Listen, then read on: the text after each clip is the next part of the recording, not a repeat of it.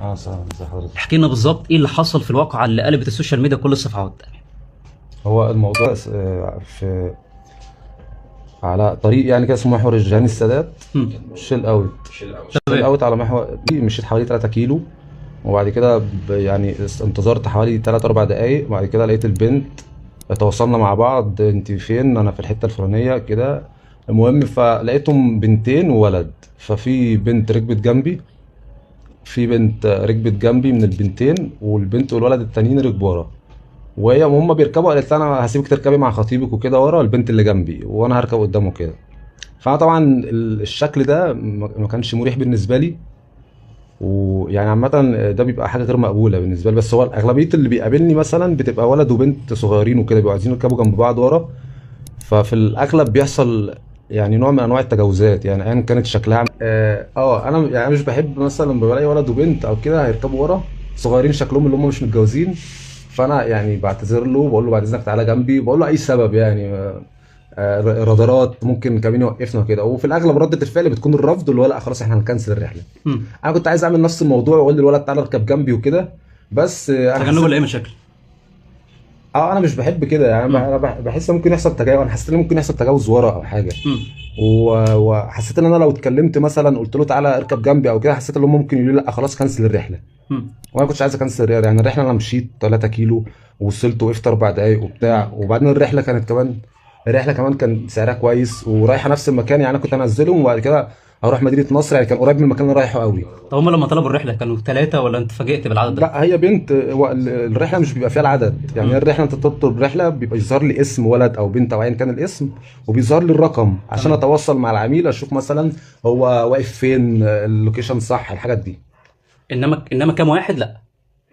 فلا مش بيظهر هو كام واحد، هو بس يعني بيظهر لي اسم الشخص اللي بيطلب. تمام. هو انا بروح، انا ممكن اروح يعني الاقي لحد 4. يعني فوق 4 مش مسموح لي ان انا اركب في العربيه اكتر من 4. مم. فده طبيعي. اللي انا رحت لقيتهم 3 ده طبيعي عادي، مفيش اي مشاكل. هو بس اللي كان بالنسبه لي انا مش طبيعي، اللي هو ولد وبنت يركبوا. يعني طبيعي يعني الولد بيركب قدام والبنتين البنات يركبوا تركب ورا. ورا، يعني صحيح. ده المألوف دايما. تمام. تمام. فالمهم انا ما رضيتش اتكلم. يعني ما رضيتش اقول له تعالى اركب جنبي وبتاع. انا حسيت له ممكن يكنسلوا الرحله. طيب مم. قبل ما ندخل في تفاصيل الواقع ده بالظبط، انا حابه اعرف منك سبب ان انت مش حابب تطلع او تظهر معانا بوشك. بصي، هو انا وشي ما طلعش يعني في الموضوع ده انتشر جامد قوي بشكل انا ما كنتش اتخيله اصلا. مم. وانا وشي ما ظهرش في الموضوع ده. انا مش حابب وشي يظهر. انا مش عايز الناس تعرفني. يعني مش عايز الناس تبص لي في الشارع حتى لو نظره شكر. يعني حتى في ناس بتقول لي انت مش غلطان في حاجه صحيح. وانت يعني وضعك كويس وكده. بس انا مش حابب الناس تبص لي ولا بصه حلوه ولا بصه وحشه. عايز حياتي تفضل طبيعيه وتفضل هاديه. ومش عايز ابقى معروف. مش عايز الناس ابقى ماشي كده الناس تفضل تبص عليا هو ده بتاع اوبر الكلام ده. مش حابب الشكل ده. انا حياتي هاديه من قبل الموضوع ده، وانا عايزها تفضل هاديه. والحمد لله يعني انا وشي ما طلعش يعني ما حدش يعرف شكلي اصلا عامل ازاي. فانا حابب اكمل. يعني مش حابب. مش حابب حد يعرف شكلك مش ايه. عايز يبقى فيه حافظ على دوشه خصوصيتك. بالظبط. مم. تمام. احكي لنا بقى من اول ما حصل هي المشهد ده ما بينكم. هي بقى هي البنت ركبت جنبي قدام، والولد والبنت ركبوا ورا. تمام. قالت لي عايزه اشغل اغاني. قلت لها تمام ماشي ممكن تشغلي اغاني. وشغلت مهرجانات. بعد كده علت لها. فمشينا شويه. هي اتكلمت في الموبايل كان معاها تليفون. فمشينا شويه الدنيا كانت تمام ومفيش اي حاجه. والاغاني شغاله هي بتتكلم في التليفون والدنيا تمام. بعد كده هي لما خلصت التليفون بدات تعلي الاغاني اكتر وبدات ترقص يعني حضرتك وافقت ان هي توصل اه الاغاني وافقت. بالبلوتوث بتاع العربيه عادي؟ وافقت تمام. وشغلت مهرجانات وقلت لها تمام. وقالت لي علي وعلت لها كمان. تمام. عادي. انا كمان ساعات بسمع مهرجانات وما عنديش اعتراض مع الشكل ده لو هو في نطاق معين يعني. لحد هنا طبيعي. بس هي بدات بقى تعدي الحدود. اللي هو بدات بتغني مع الاغاني وبترقص بشكل هستيري مش مم. بشكل طبيعي. وكمان يعني انت راكبه مع حد، يعني راكبه مع حد غريب. يعني المفروض يعني تحترمي مثلا لو هو اعترض اصلا على المهرجانات. يعني انا لو قلت لها لا انا اسف مش عايز اشغل مهرجانات، المفروض تحترمي حاجه زي كده. مم. هي لو بالعكس انا اللي هشغل مهرجانات وهي طلبت مني اقفلها انا هقفلها. لو عايز ادخن مثلا سيجاره وهي طلبت مني لا، يبقى انا هحترم اللي انت راكبه معايا في مكان مقفول ومش هدخن مثلا. فهي المفروض تحترم حاجه زي كده. بس هي بدات بقى بتغني وبترقص بشكل هستيري وبشكل مش طبيعي. وانا حاولت ابدي اعتراض بشكل شيك. انا قلت لها قلت لها هو انت، قلت لها احنا هنسمعك ولا هنسمع قلت لها حاجه زي كده يعني. مم. صوتك عالي قوي هنسمعك ولا نسمع الاغاني؟ فهي والكلام ده انا قلت لها الكلام ده وهي برده بترقص وبتغني وكده. ردت فعلها ان هي عملت لي حركه كده، شاورت لي بايديها كده وقالت لي اللي هو اسكت يعني كده. وكملت رقص اغاني وبصت لاختها وقعدت تضحك وبتاع. كان في شاب موجود معاك وكان في شاب موجود مع راكب ورا. ما كانش في اي منه الشاب ده ولا كان بيرقص ولا كان بيغني ولا كان مندمج في اي حاجه، وكان قاعد ساند دماغه لورا كده، ومعرفش هو كان مش طبيعي، كان هادي قوي. انا معرفش هو كان شارب حاجه ولا هي دي طبيعته اصلا. هم اعمارهم تقريبا كانت قد ايه؟ هي بنتكلم في البنت قد ايه في السن؟ لا انا عارف اعمارهم، انا عرفت اعمارهم بقى في خلال التحقيقات وكده. تمام. البنت اللي جنبي اللي هي شيماء 28، مم. والبنت اللي ورا عائشه 18. الواد انا ما اعرفش اسمه، ما اعرفش عنه اي حاجه، لانه هو ما عملش حاجه اصلا. يعني هو من اول موضوع هو كان سلبي جدا لحد النهايه ومشي وما عملش اي حاجه. وما كانش في اي رد فعل منه بما انه الراجل الوحيد معاهم. لا انا هقول لك بقى، لا ما كانش في رد فعل اللي هو يعني هو بما انه هو الراجل الوحيد المفروض هو كان يعمل رد فعل. يعني هو لا هو ما عملش رد فعل اللي هو المفروض الطبيعي يعمله. فبعد كده انا لا، فهي لما قالت لي كده وبتاع وشاورت لي بايديها كده وبصت لاختها وضحكت، فانا بعد كده قلت لها انا الحركه دي نرفزتني يعني. وبعد كده قفلت الاغاني وقلت لها على فكره ممكن اقفل الاغاني خالص. فقالت لي ليه انت مالك اصلا وانا حره واسمع اغاني براحتي. فقلت لها مش براحتك يعني، مش بالشكل ده. قالت لي انا راكبه بفلوسي. قلت لها انت فلوسك دي بتدفعيها عشان انا بوصلك من النقطه A للنقطه B، لكن اللي انت بتعمليه ده، السلوك اللي انت بتعمليه ده ده مش حقك. اللي انت بتعمله ممكن اعترض عليه عادي، وانت المفروض تقدري حاجه زي كده. فصاحب اختها اللي ورا بدات تتدخل في الكلام، بدا يبقى في مشاده. لما بدا يبقى في مشاده انا كلمت الولد قلت له يعني قلت له تدخل يعني. شوف قلت له انا مقدرك لحد دلوقتي، فشوف انت عايز تعمل ايه. هم قالوا احنا هننزل، فقلت له شوف انت عايز تعمل ايه، هتنزل ولا هتعمل تدخل حل الموضوع. فالولد كان بيتكلم بصوت هادي كده، خلاص يا شيماء مش عارف ايه كده. وهو ما كانش يعني، هو كان شكله كان شكله شارب حاجه، او هو ممكن طبيعته عشان مش عايز اظلمه، ممكن هو طبيعته كده يعني في الطبيعه هو اصلا اسلوبه كده او هو شخصيته كده. المهم هم بداوا المشاده بدات بتشد اكتر، هم بداوا يعلوا بالليفل شويه، بدا يبقى في شتايم. انا كمان كنت برد يعني، انا كنت برد عليهم. هم في الاول كانوا بيكلموني في شكل مهين، اللي هو فكك منه انت هتردي على واحد زي ده. انا كمان كنت برد عليها اقول لها اصلا بصي شكلك عامل ازاي، هو ايه اللي واحد زي ده، انت اصلا بصي شكلكم عامل ازاي كده. بعد كده الليفل بدا يعلى شويه، بدا يبقى فيه بقى مشاده بينكم انتوا الاثنين كلاميه. احنا الثلاثه. امتى قررت بقى انك تفتح انت والولد وتصور؟ والولد والبنت ولا البنتين؟ لا الولد ما كان، الولد مع البنتين بس. مع البنتين تمام. وكل ده والعربيه كانت ماشيه. لما بدا بقى المشاده تحتدم اكتر، الولد قال لي خلاص احنا هننزل. فرحت وقفت بالعربيه قلت له ما عنديش مشكله تنزلوا، بس خلاص حاسبوني لحد النقطه اللي احنا وصلنا لها دي. فالبنت يعني مش طلبت حتى اجره الرحله كامله، انت طلبت لحد النقطه وخلاص انزلوا وخلاص مع عيشوا حياتكم. فبعد كده البنت اللي ورا قالت لا انت مش هتاخد جنيه، والبنت اللي جنبي قالت مش هتاخد جنيه بلس اللي انا هعمل لك قضيه بنت كذا دلوقتي. الكلمه دي اللي خلتني انا اول ما نزلت من العربيه فتحت الكاميرا. يعني هي وهي بتنزل البنت اللي ورا قالت لي مش هتاخد فلوس وبتاع، الولد ما اتكلمش خالص.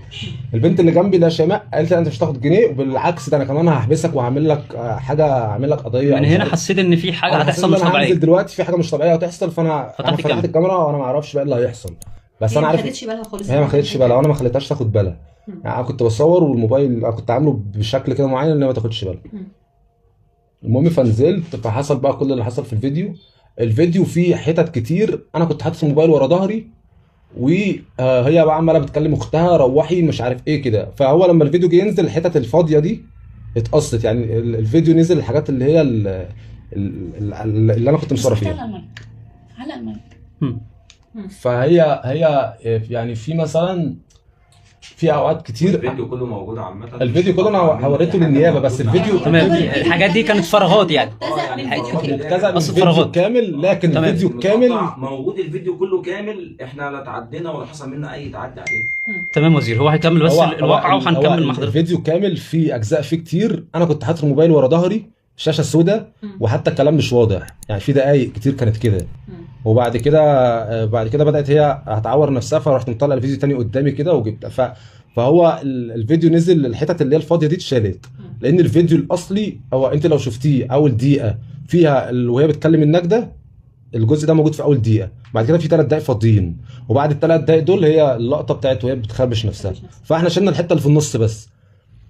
بعد كده النجده جت، هي اتصلت بالنجده. بعد كده هي خدت بالها ان انا بصورها، تمام. في الاخر خدت بالها انا بصورها، فهي يعني بدات تتكلم باسلوب احسن شويه، وقالت لي عامه انت لو بتصور عادي؟ قلت لها انا بصور. فقالت لي خلاص ماشي كمل تصوير. قلت لها لا انا مش هكمل تصوير، انا كده كفايه. وبعد كده بقى قفلت الكاميرا. وبعد كده قفلت الكاميرا، وكنت بحاول ساعتها ان انا اطلب النجده زيها، يعني زي ما هي عملت بلاغ كنت بحاول انا كمان اعمل بلاغ زيها. فاتصلت بالنجده وحطيت الموبايل على ودني. هي بعد كده راحت مطلعه الموبايل صورتني وانا بتكلم في الموبايل، بس قعدت تقول كلام في يعني هو بتصورني بتقول كلام وكده، بس انا ما كنتش بعمل اي حاجه غير ان انا بتكلم في الموبايل. وبعد كده النجده جت، الضابط نزل. الضابط بتاع النجده ده كان محترم، يعني هو نزل راح سالها في ايه، قالت له في 1 2 3 الادعاءات اللي هي قالتها في البلاغ. بعد كده راح جاي قال لي ايه اللي حصل؟ قلت له والله ما حصلش اي حاجه من اللي هي بتقولها دي، وانا صورتها فيديو وكل الكلام ده ما حصلش اصلا. فقال لي معاك الفيديو كده؟ قلت له قال لي طب خلاص احنا هنروح القسم. قلت له تمام ماشي. هو الراجل كان محايد يعني. فرحنا القسم. بعد كده قال لي هات الموبايل. اديته الموبايل. الضباط بقى شافوها. الضابط ده تقريبا هو ليه علاقه بالدوريه او كده، ملوش علاقه بجوه القسم يعني، ما شفتوش تاني يعني. فبعد كده انا بقى اتعاملت مع ضباط تانية جوه، شافوا الفيديو وكده. بعد كده خرجوا قعدوا يقولوا لي بص خلاص انتوا هتحلوا ولا انتوا عايزين تعملوا ايه؟ يا ابني شوف اكل عيشك، وهي عشان بنت وبتاع كده. قلت له يا باشا انا ما عنديش اي مشكله، انا مش عايز اذيها في حاجه، بس هي كانت عايزه تحبسني وما كانتش عايزه تديني فلوس. فانا مش هتحبس كده، لو هنتصالح انا مش هتحبس، بس انا هاخد فلوس المشوار اللي هي ما كانتش عايزه تدفعه.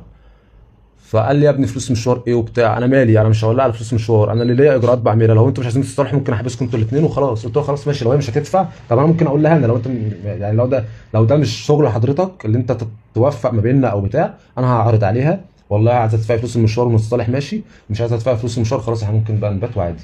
وانا كمان ما كانش مناسب معايا ان انا بات واتعرض على النيابه وكده، وانا كان كل اللي في دماغي اللي انا مش هخليها تاذيني وخلاص، وهاخد برضه حقي اللي هو حق المشوار ده حق، انا ما غلطتش في حاجه.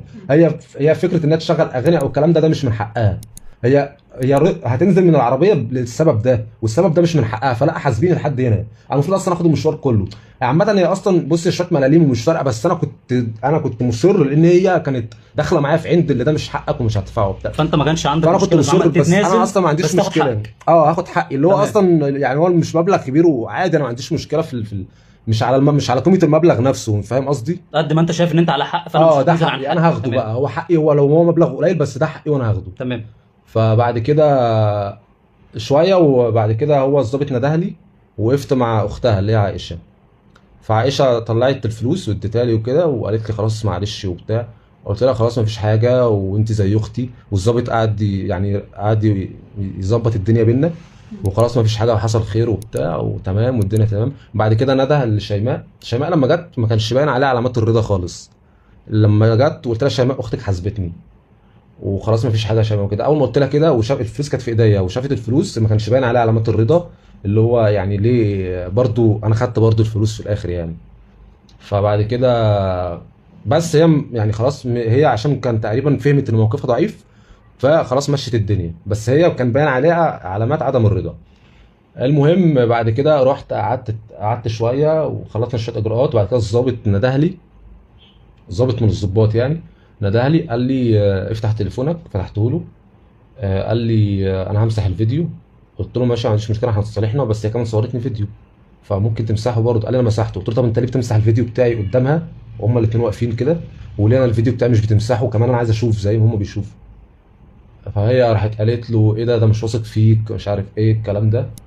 هو قال لي ما تقلقش انا مسحته وبتاع. فقلت له خلاص تمام ماشي، مش كانت بتستفزك يعني. هي بتقول له ازاي وانا واقف ايه ده؟ على فكره ده عيبه في حقك اللي هو بيقوله ده، وده مش واثق فيك اللي انت بتقول له انا مسحت الفيديو وهو بيقول لك لا انا عايز اشوفه وبتاع وكده. فبعد كده الضابط قال لي لا انا مسحته والله وما اعرفش ايه وبتاع، وراح ماسح الفيديو. دخل الفيديو لما بيتمسح في حته ثانيه كده، فبيقعد 40 يوم وبعد كده يتمسح خالص. دخل مسح برضه من الحته دي. انا اصلا خرجنا من الاسم على اننا اتصالحنا. انا بقى انا قبل النقطه دي اصلا انا كنت باعت الفيديو يعني في حته ثانيه. تمام.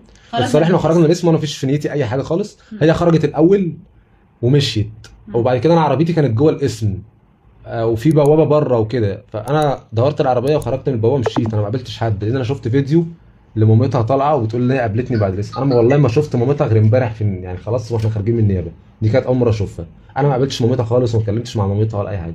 انا طلعت من الاسم مشيت بالعربيه 10 دقايق او حاجه لقيت رقم بيرن عليا، رقم غير رقمها هي، مم. اللي هو كان غير الرقم اللي طالب الرشوه. اه. شبيه رقمها بس اخر رقم ولا موبايل. هو اللي انا عرفته مع التحيات اللي ده رقم مامتها، هو كل نفس الرقم، هو نفس الرقم مع اختلاف اخر رقم، يعني تقريبا هم كانوا راحوا 8 ده 2.